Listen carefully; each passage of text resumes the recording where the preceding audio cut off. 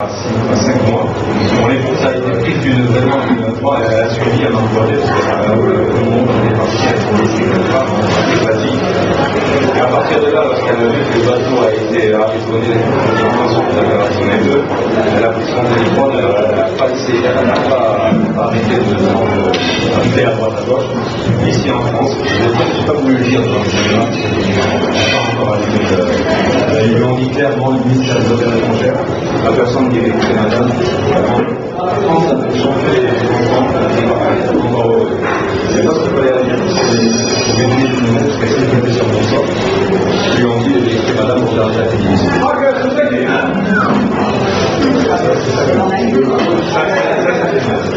Je vais demander par rapport à ça, par rapport à ce que vous avez dans l'insistance en personne engagée, est-ce que vis-à-vis du gouvernement français, il y a une action qui peut se faire ou pas? Ça, parce qu'apparemment toute l'équipe est rentrée surtout via l'intervention de l'ambassadeur grec, qui a joué un grand rôle dans le rapatriement des Français. Et les Français apparemment ils n'ont pas fait leur boulot de la documentation. C'est l'avocat qui s'en charge. Moi je sais là. Non, mais c'est bon, c'est bon. Oui, parce que justement dans la continuité de ce que dit Hassan, lorsque vous étiez à Aristote, donc est-ce que vous étiez à Aristote? Non. À Beersheba, non, pas à Aristote. Parce que quand on se met à Beersheba, ils les envoyaient à Beersheba, donc comment dans le désert, etc. Donc Thomas Solaire. Alors, tu n'as vu uniquement que le processus de la culturelle. J'ai rien vu. Ah, tu n'as rien vu. Et quand vous avez été libéré, est-ce que vous avez dit pourquoi, comment, etc. D'accord. Nous, on te conduit directement. Je suis parti pour te dire à la compagnie israélienne. Ouais. Alors, je te dis pas, déjà, on a vu le truc comme ça. Monsieur, il faut le sauver. Ma casquette, c'était.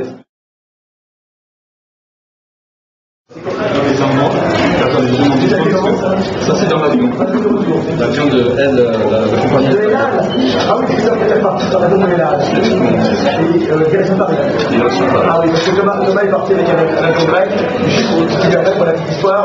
Thomas Sommer, donc c'est grâce au sud grec, la France les a complètement abandonné, et c'est l'ambassadeur de Grèce du même qui est intervenu.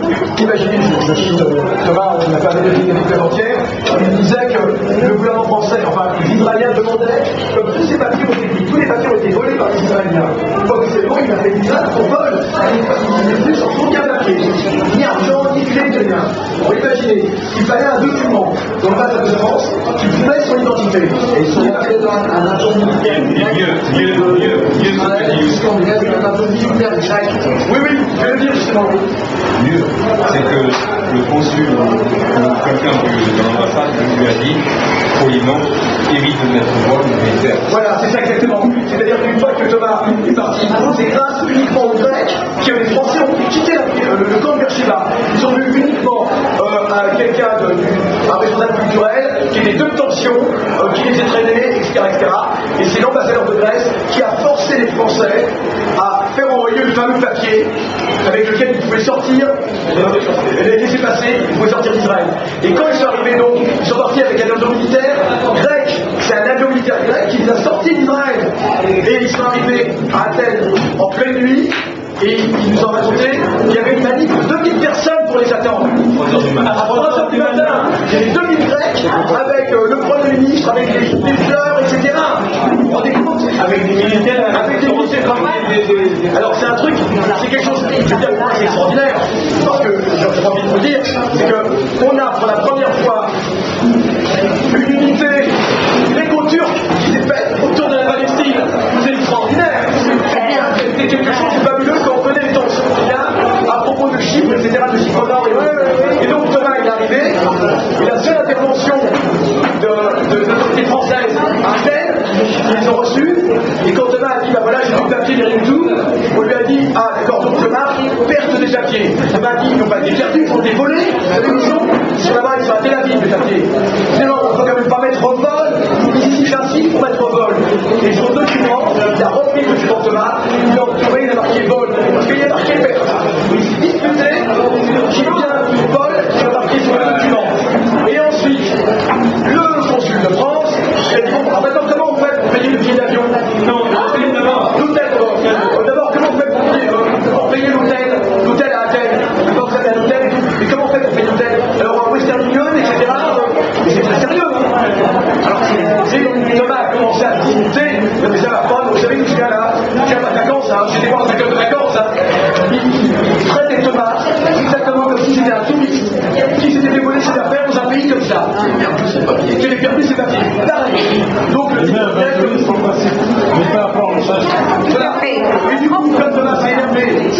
le consul a dit bon d'accord, on laisse tomber le procès.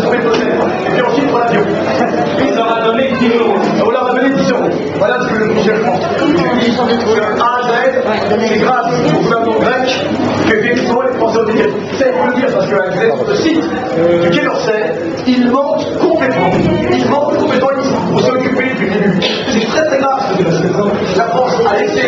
La France qui n'a pas eu, qui n'a pas fait l'effort, qui n'a pas fait, qui n'a rien laissé pour sortir cet agent de la DST qui rentre. Cet agent de la DST qui rentre, hein, je parle de Claude Reiss, dont il est avéré qu'elle travaillait de la DGSE, dont il est avéré qu'elle travaillait pour la DGSE, la France qui n'a manqué aucun effort, on voit comment elle se comporte en payant la caution. Voilà, et c'est nous qui allons la payer la caution par nos armées. Voilà, exactement. Donc on voit comment la France s'est comportée avec les Français, comment elle s'est comportée avec des militants qui ont fait leur devoir, parce que s'ils s'avaient fait comme les autres militants, eh bien, l'Europe, en tout cas, sont allés donner leur vie pour la Palestine, c'est parce que l'Europe est lâche, parce que l'Europe a abdiqué de ses responsabilités, parce que l'Europe, simplement, n'applique pas son propre droit qui lui a interdit d'avoir des relations avec un État qui viole les conventions de Genève et qui ne respecte ni le droit de la mer, on l'a vu encore une fois, ni le droit de la terre, ni le droit de l'air, ni aucun droit. Alors, c'est pour ça que c'est important ce témoignage, ça correspond bien à ce qui a été dit. Est-ce qu'il y a d'autres questions? Concernant, ce n'est même pas une question, c'est juste un complément d'information, ce qui s'est passé sur notre plateau grec, selon toujours le témoignage de Thomas, qui va sortir, qui est vraiment plus ancien, qui commence à circuler. C'est que, les Israéliens, ils ont ciblé un certain nombre de leaders qui étaient en fait, c'est-à-dire grecs, qui étaient en fait à l'initiative de ce chaos grec. Ils les ont massacrés, ils les ont frappés, ils les ont massacrés. Mais ce qui va se passer après, ce qui était génial, c'est qu'une fois qu'il y a l'ambassadeur grec, les Grecs, ils ont pris un soldat israélien, ils l'ont massacré, ils l'ont jeté comme ça, et personne n'a pu le penser. Les militaires, ils voulaient intervenir, et l'ambassadeur était là, et personne n'a pu le penser. Alors, précisons que Israël a rapatrié les familles de tous ses diplomates en Turquie actuellement. Israël est en train de rapatrier les familles de tous ses diplomates de Turquie. Parce qu'on va vers une situation de crise, ça sera dans un second temps, on évoquera les retombées, etc. Est-ce qu'il y a encore des choses à dire sur ces événements et sur les circonstances et sur le comportement des autorités françaises? Le CPSP, par exemple, le CPSP... Je veux une pause.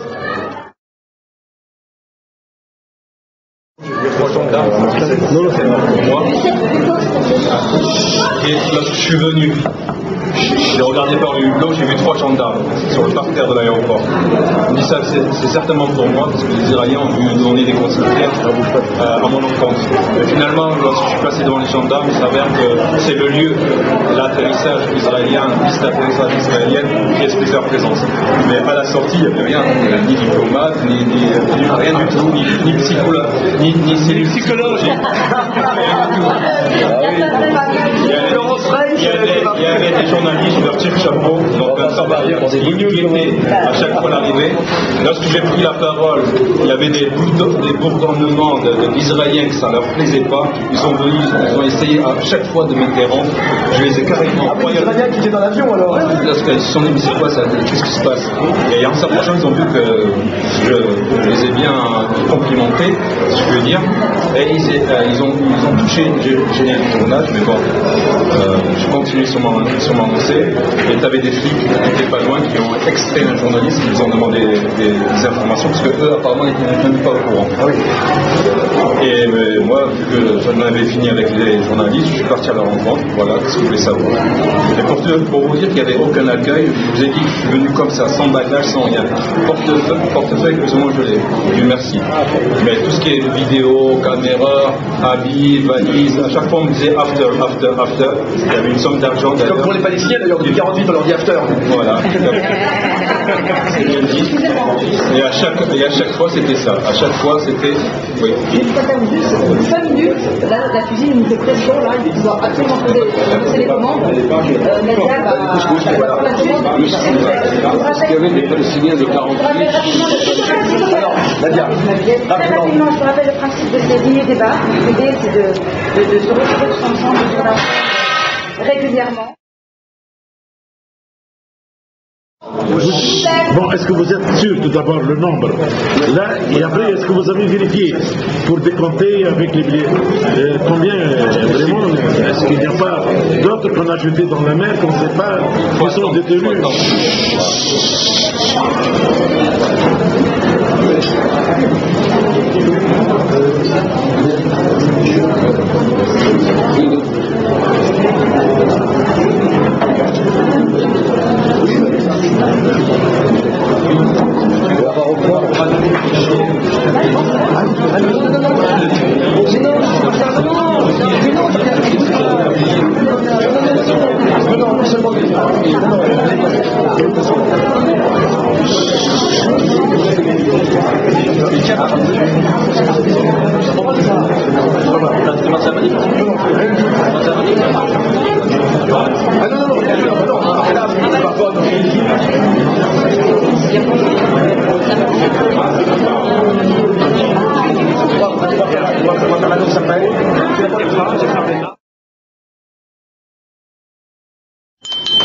Si, je fais ça.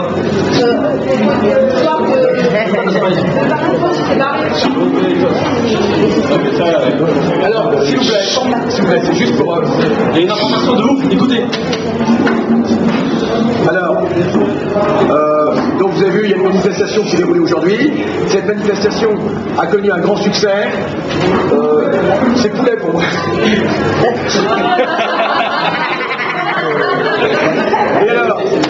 Et alors, cette manifestation... Tu peux éloigner le drapeau. Oui, c'est vrai. On va le mettre là, faut pas que ça cache trop. Alors, cette manifestation a connu un grand succès, des milliers de personnes, et comme vous l'avez remarqué, cette manifestation était appelée par le collectif national Palestine, qui regroupe environ une cinquantaine, voire une centaine, même en tout, d'associations, de partis, etc., de gauche, d'extrême gauche, mais aussi d'associations issues de l'immigration, etc. Et donc, cette manifestation, en gros, vous avez vu, il y avait en tête une partie qui était plus un cortège des organisations de gauche et d'extrême gauche, NPA, PC, etc. Et il faut savoir, des syndicats qui étaient plus signataires, mais il faut savoir qu'en fait, il y a eu un problème assez grave, c'est que, premièrement, le parti de gauche s'est retiré de la manifestation. En cours de la manifestation, le parti de gauche de Mélenchon s'est retiré parce qu'il y avait, selon ses mots, ses termes, il a fait un communiqué, il y avait des religieux dans la manifestation. Des organisations religieuses. Mélenchon vient de découvrir que dans ce pays, mieux vaut tard que jamais, Mélenchon vient de découvrir que dans ce pays, il y a des gens qui sont croyants. Bon, je veux dire, lui, il doit croire à quelque chose, mais peut-être pas la même chose. Mais en tout cas, tout le monde croit. Alors donc, le problème, il est là. Il est qu'il s'est retiré. C'est extrêmement grave, et je pense qu'il va y avoir des suites. Mais il y a plus grave encore. Et c'est beaucoup plus grave. C'est que Mélenchon se retire de la manifestation, après tout, il assume, et je trouve que d'une certaine façon, cette attitude est plus correcte que ce que je vais vous dire. Il n'est pas d'accord, il se retire, on ne l'oblige pas, le monde, la Terre continuera à tourner sans Mélenchon de toute façon. Et les bateaux d'aller vers Gaza sont Mélenchon. Mais le plus grave, c'est qu'arrivé, vous l'avez vu, il y avait des prises de parole. Notre ami Youssef du CBST n'a pas pu parler, alors qu'il était prévu de parler. Et je suis les affaires du collectif national, et j'ai vu qu'il était annoncé. Il était annoncé comme faisant partie des intervenants à la fin. À la fin de la manifestation, devait prendre la parole. Quelqu'un donc des missions civiles, quelqu'un du NPA, quelqu'un du Parti communiste, et même deux fois, puisque le Fort et le Yarrick, le Fort pour le collectif national et le Yarrick pour le journal Humanité. Bon, il y avait comment les Turcs devaient parler aussi. Ils n'ont pas parlé. Ils n'ont pas parlé non plus, les Turcs. Oui, et l'OIF surtout. À la fin, ils ont perdu. À la fin, non. Non, Non, il est monté. Je suis resté Sur quel camion? sur le camion du bateau. Il n'a pas parlé. Il a parlé. À la fin de chez la fin. Il a parlé? Oui, il a bien dit. À la fin. Parce que... Au début, il ne voulait pas. C'est vraiment la vie de papier sur la table. D'accord. Bon. Mais il a pas parlé sur le camion de Radir.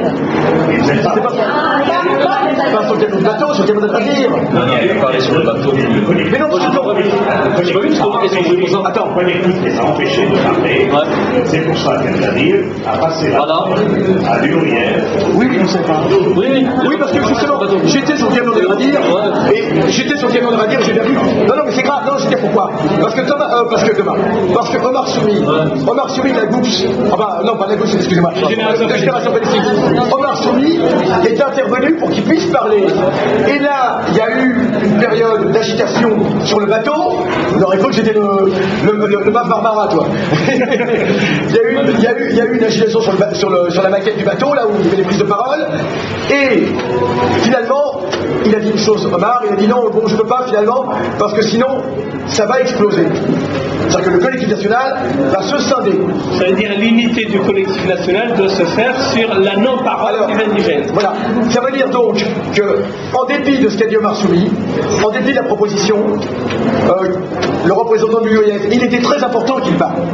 Et il était très important qu'il parle, le représentant du UIF. C'est une faute très grave qui s'est déroulée. Bien sûr que notre ami Youssef également entend en plus que participant. Et en plus, Youssef, c'est encore plus grave, si je puis dire, puisqu'il était prévu.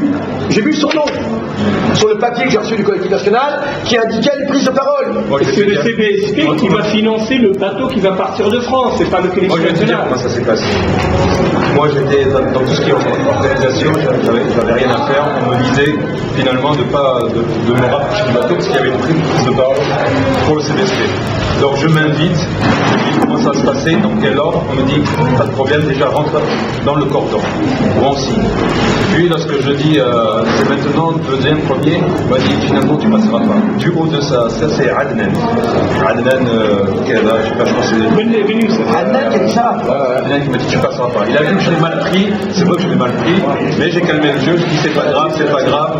Après il m'a rappelé, je dis non c'est pas la peine, et j'ai vu que ça allait monter, j'ai dit non, il disait oui, il dit non, il disait oui, je voulais pas monter, dans ces conditions je ne monte pas, c'est pas grave. Il a insisté, il y avait Thomas, c'est Thomas, j'ai suivi Thomas parce que je le respecte, c'est quelqu'un de formidable, avec qui j'ai pu échanger sur le bateau et ailleurs, donc c'est lui qui a tenu à ce que je monte sur le bateau. Prise de parole, j'ai dit c'est pas grave, je prends pas de parole, puisque Thomas faisait partie du même groupe, on va pas à chaque fois faire de la redondance, que Thomas parle, point c'est tout, mais c'est vrai qu'au départ, comme dit Youssef, le CBSP avait un temps de parole. Bien sûr. Donc du coup on est monté, je ne veux pas dire pour faire de la figuration, je saluais quand même les gens hein, en leur disant merci, bon, si le micro n'a pas été tendu. Mais bon, moi comme je dis tout à l'heure, à moi-même quand les gens sont réunis à ce nom, je ne vais pas rentrer dans ce genre de... C'est vraiment d'une bassesse, mais vraiment incroyable. Il y a un dénominateur commun qui doit persister, qui doit durer, et là on s'amuse à se tirer entre les balles dans le champ comme si on n'avait rien d'autre à faire, et ça c'est très regrettable. Je ne voulais pas moi-même, parce qu'il y a des gens qui s'adonneraient à cœur joie de voir que telle ou telle association ne se sente pas. On peut être différent, il peut y avoir des convergences, c'est sûr, la nature est ainsi faite, mais pour la Palestine, pour Gaza, pour le Blocus, c'est pas le moment et vraiment pas le moment. Ouais.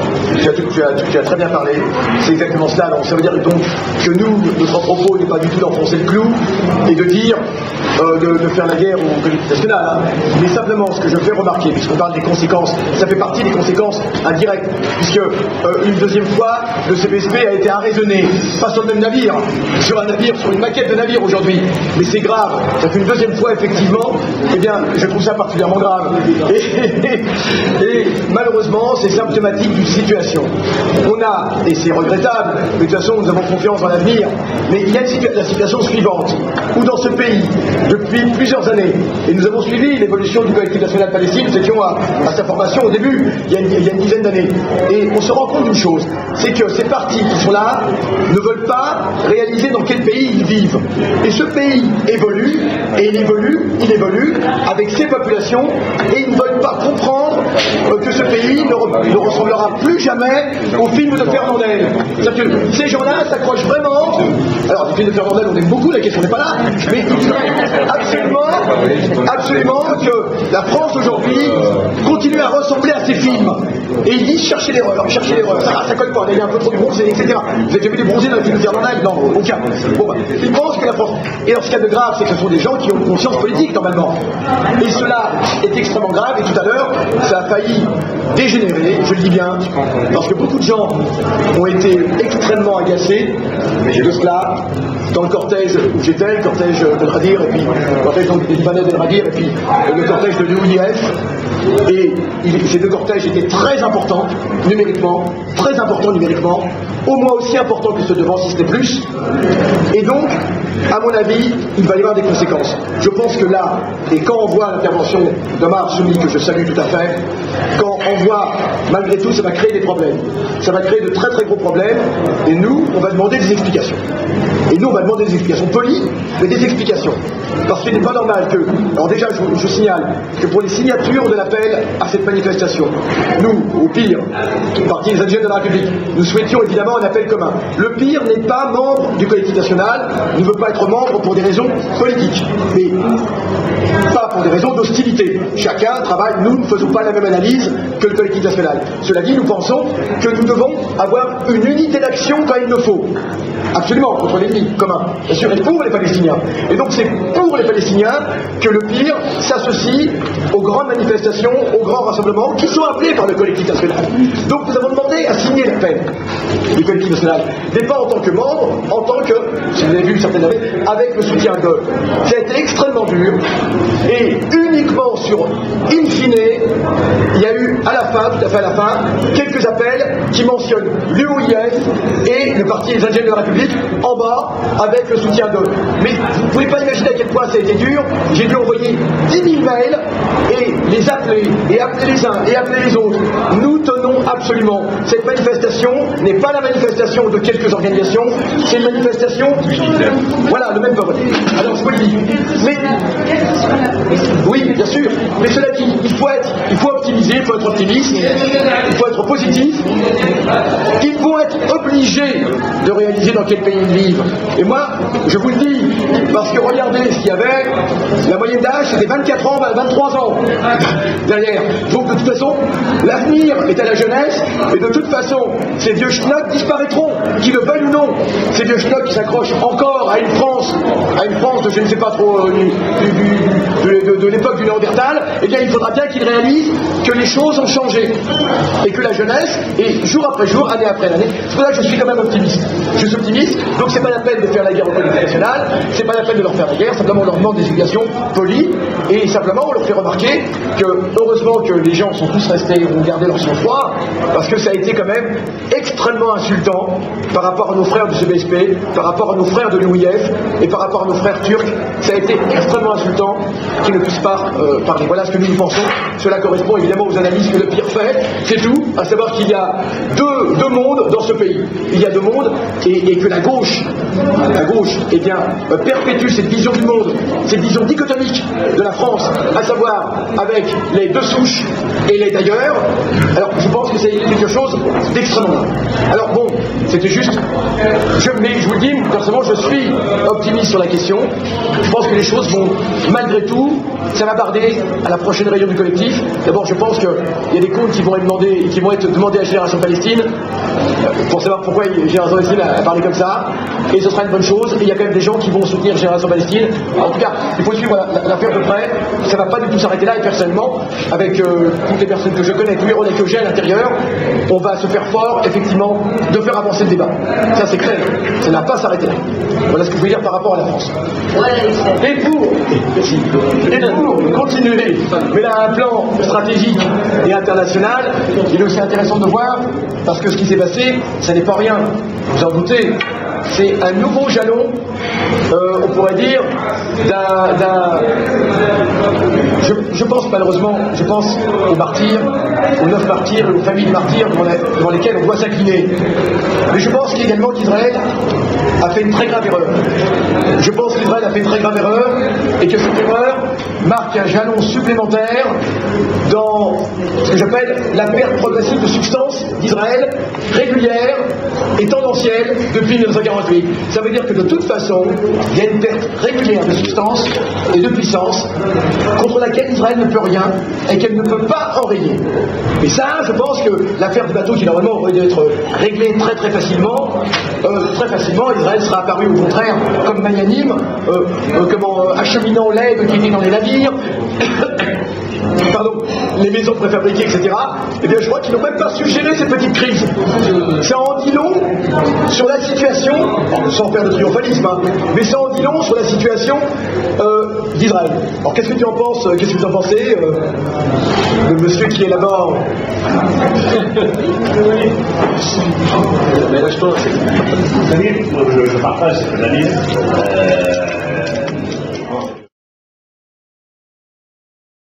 Les pouvoirs terroriser les gens en tuant un ou deux, mais ils ont été étonnés par la réaction des gens qui étaient sur le bateau, et donc ils ont commencé à tirer dans le tas, et avec les conséquences que je suis en train de dire. Donc,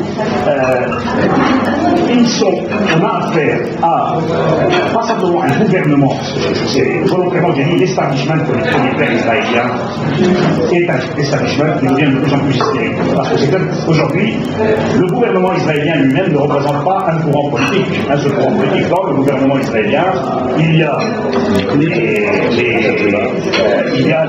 Likoud, mais il y a aussi les Baal. Dans le gouvernement israélien actuel, il y a aussi Baal, il y a des israélistes. Donc,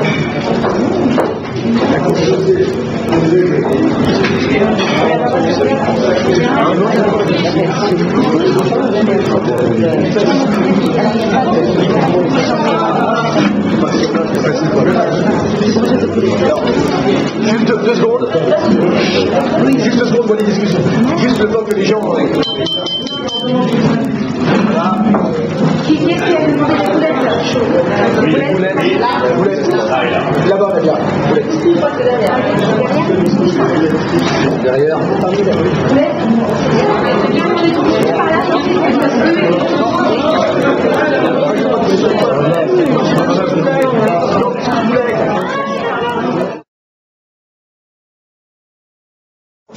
on est devant un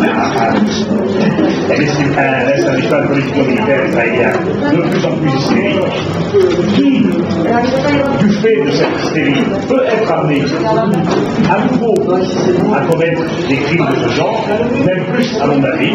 Je pense que, à terme, malheureusement, et aussi, on est devant une situation paradoxale. Je pense qu'à terme, on va vers un troisième grand conflit, comme les conflits de 2006 et 2008, contre Gaza, contre le Liban et la Syrie, et tout ce qu'il faut, tout ce que fait l'armée israélienne. Généralisé, local, régional. Un conflit qui commencerait comme conflit localisé, mais qui pourrait s'étendre à un front, voire à 2 fronts. Si un conflit commence avec le Liban, très probablement ce conflit démontrera sur le Liban et la Syrie.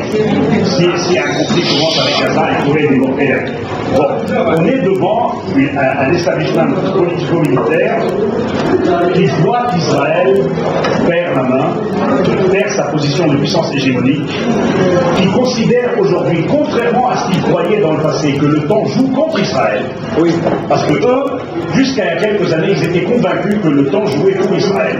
Exact. Or, ils sont convaincus aujourd'hui que le temps joue contre Israël. C'est vrai qu'il y a eu une inversion. Nous aussi, on pensait cela d'ailleurs. Et cette inversion est principalement due au nouveau rapport de force qui est le produit des combats des forces de résistance. Donc on est aujourd'hui dans une situation où ils sont convaincus que le temps joue contre eux, et donc ils vont tenter d'enrayer l'évolution logique des choses, c'est-à-dire un rééquilibrage du rapport de force qui continue en la défaveur d'Israël, en ayant recours encore une fois à la guerre. Bien sûr, comme on le sait, ça c'est pratiquement une loi. Chaque guerre commence là où la dernière guerre s'est terminée. Et donc, Bien évidemment, s'il y a une prochaine guerre, la prochaine guerre sera encore plus violente que les guerres qui ont été menées contre le Liban ou contre Gaza. Mais je pense que fondamentalement, même si cette guerre est plus violente, la partie israélienne, quel que soit le prix à payer du côté des peuples libanais, palestiniens, syriens et des autres gens, la partie israélienne perdra la guerre, parce que les forces de résistance se renforcent de plus en plus, ils le disent ouvertement à haute voix, ils disent qu'aujourd'hui leurs capacités militaires sont bien plus importantes qualitativement que leurs capacités militaires en 2006 et en 2008, et donc on va vers une exacerbation du conflit. Dans un contexte comme celui-ci, le mouvement de solidarité internationale a un rôle très important à jouer, et bien sûr il faut prendre en considération la nouvelle donne, cette nouvelle donne, c'est-à-dire la disposition israélienne à commettre des crimes, à commettre des meurtres, et l'état d'esprit qu'il y avait sur les bateaux était un état d'esprit formidable. Et moi, quand j'ai vu les témoignages des uns et des autres, beaucoup de volontaires qui sont étaient partis avec une disposition, pas simplement à payer un prix, mais même au sacrifice de soi pour la Palestine. Et je pense que cet état d'esprit est un état d'esprit qu'il faut saluer et qu'il faut encourager, parce que le combat pour la Palestine mérite tous les sacrifices.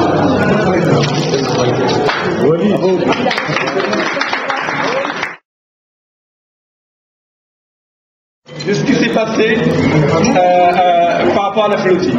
Le premier élément qui est important, c'est que la flottille a réimposé la question du blocus contre Gaza. C'est quelque chose qui était sorti des radars, on n'en parlait plus, avec la complicité des régimes arabes, de l'Europe, de tout le monde, on n'en parle plus. Premier point positif, c'est qu'ils ont réussi à réimposer la question des blocus.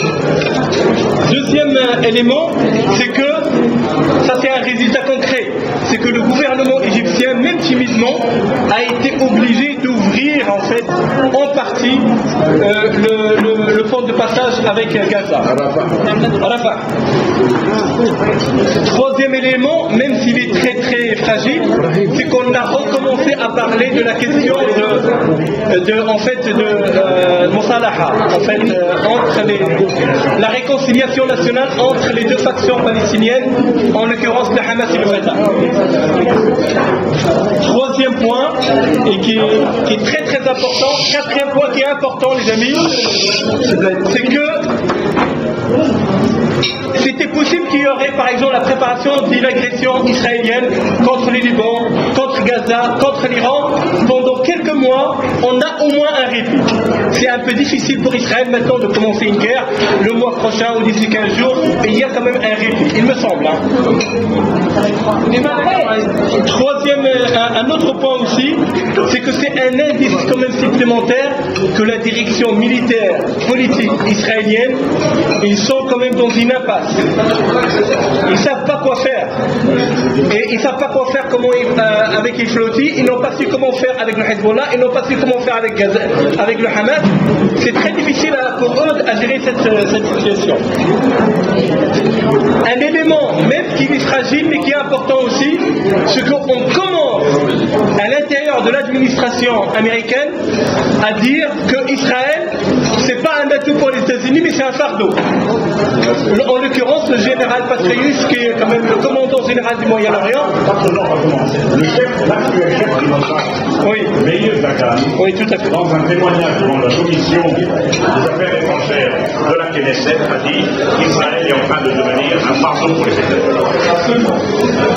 Alors, vraiment, ce qu'il faut faire dans l'immédiat, c'est qu'il faut envoyer d'autres flottilles, c'est très important, par dizaines et par dizaines. Deuxième élément, c'est que les appels à une enquête internationale doivent se multiplier avec le Français pour augmenter la pression d'Israël partout où c'est possible. Voilà, donc sinon, il y a un point que vous avez dit, c'est que c'est important pour les Arabes d'avoir une autre stratégie du sionisme, à savoir faire tout pour avoir de bonnes relations avec l'Iran. Tous les délires anti-iraniens, anti-juifs, ils sont contre la cause arabe, ils sont contre la cause palestinienne. Donc c'est important une alliance avec l'Iran, c'est important une alliance avec la Turquie, et c'est aussi important même si ça paraît quand même pas marginal, une alliance a fait avec les pays africains, l'Éthiopie, et c'est-à-dire il faut désencercler les Arabes, et en attendant un jour ou l'autre que l'Égypte puisse recouvrir en fait sa dimension, son rôle normal et traditionnel.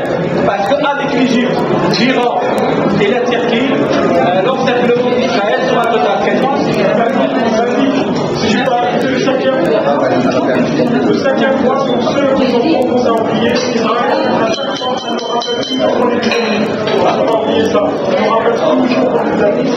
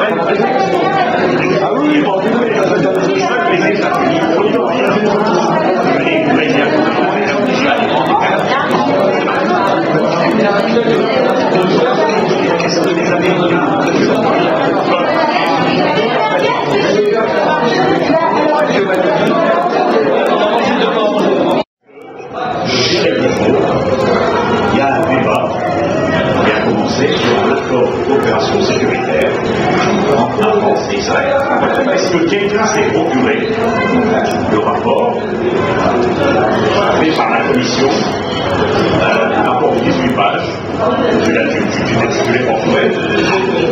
Comment? L'accord, pour l'instant, il est bloqué au Parlement français. Oui, oui. Parce que même à l'intérieur de l'UE, il y a des gens qui ne veulent pas le dire. Oui, oui, bien sûr, bien sûr, bien sûr. Oui, est-ce que tu as Lui, il criminalise, y compris par exemple lui, qui va en Israël, etc., et il aura qu'un terroriste. Non, c'est pas que ça. Moi, j'ai le texte du rapport et le débat qui a eu lieu au Parlement. C'est vrai que l'accord est encore bloqué au Parlement et qu'il n'y a pas de débat. Mais l'accord a ses défenseurs, qui sont des figures importantes du gouvernement, Éric Araújo, et le rapport concerne la coopération sécuritaire contre le terrorisme, le blanchiment d'argent, la criminalité. Le point concernant le terrorisme est extrêmement grave, parce qu'il ne concerne pas simplement l'échange d'informations, la criminalisation de certaines associations, il comporte aussi un échange d'expérience et de coopération sur le terrain, dans le contrôle, et là je cite, notre rôle dans le contrôle de certains groupes sociaux, dans la lutte contre les émeutes urbaines. C'est-à-dire qu'ils vont ramener des officiers israéliens, par exemple, pour gérer des situations ici. Ils vont ramener des officiers français là-bas pour aider à la gestion des émeutes dans des pays palestiniens. Justement, dans le débat qui a eu lieu au Parlement, il y a des parlementaires qui ont dit: qu'est-ce que vous retrouvez dans votre rapport? Qu'est-ce que vous voulez dire quand vous dites gestion des émeutes urbaines? On va envoyer des officiers français assister l'armée israélienne dans la répression contre les populations palestiniennes dans les villes. On va ramener des officiers israéliens en France ici. Qu'est-ce que vous pouvez dire exactement? Donc ce rapport est en débat. Or, remarquez tous que personne n'en parle. Et il est en débat au Parlement maintenant. Demain, vous allez avoir un accord de coopération entre la France et Israël, qui est un pas supplémentaire dans le sens de la coopération des deux pays, pas seulement contre les mouvements de résistance là-bas,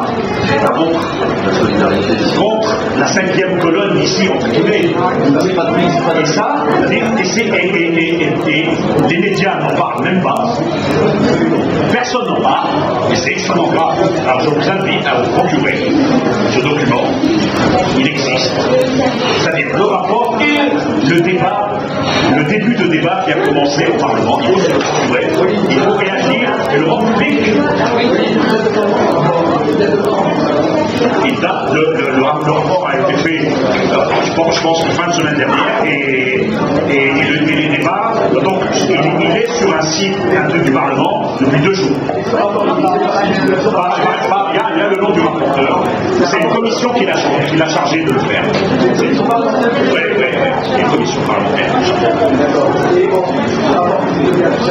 Comment?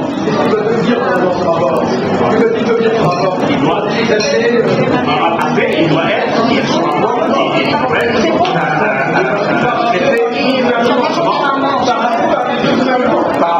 être un accord de coopération sécuritaire.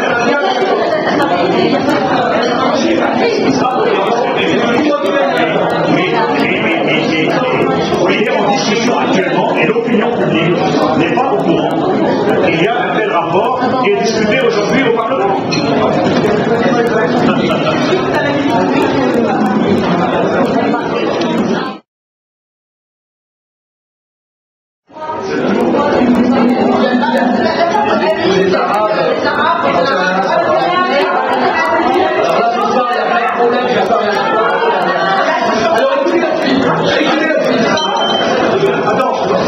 Écoutez bien, c'est l'avocat qui a ordonné sa condamnation, il s'appelle Henri Braun. Cet organisme mouvement est aussi mon avocat dans l'affaire constitutionnelle, par exemple. Et aujourd'hui, on boucle sur un revenu sur l'ITV, etc. On va faire capable de dire. Il apparaît qu'il est dit dans le télé que cet avocat Braun est l'avocat du parti des ministères de la République. Donc c'est lui qui a obtenu la condamnation de.